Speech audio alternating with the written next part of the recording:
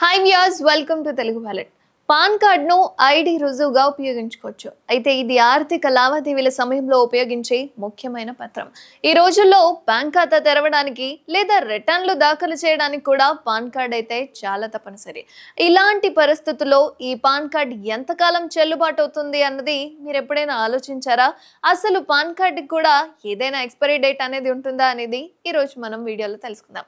NSDL అంటే national security depository limited. దీని ద్వారా పాన్ కార్డ్ ని జారీ చేయబడుతుంది అనమాట. అయితే పాన్ కార్డ్ ఒక చట్టపరమైన పత్రం.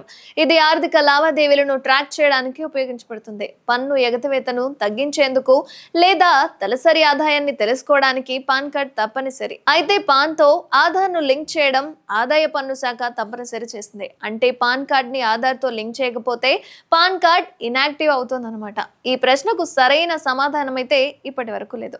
నిజానికి పాన్ కార్డ్ కి గడువు ఎప్పుడు ఉండదు. దీని చెల్లుబాటు జీవితకాలం. కానీ వ్యక్తి మరణించిన తర్వాత పాన్ కార్డ్ రద్దవుతుంది. ఇందుకోసం ప్రత్యేకంగా దరఖాస్తు కూడా చేసుకోవాలి. అంటే హోల్డర్ మరణించిన తర్వాత పాన్ కార్డ్ గడువు ముగిసేస్తుంది అనమాట.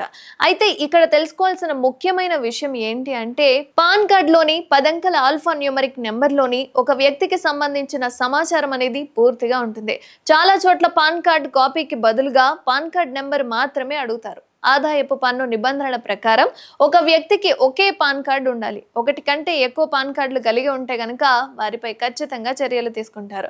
నిబంధనల ప్రకారం ఒకటి కంటే ఎక్కువ పాన్ కార్డులు కలిగి ఉంటే గనక అది ఖచ్చితంగా చట్టరీత్యా శిక్షార్హమైన నేరం అవుతుంది.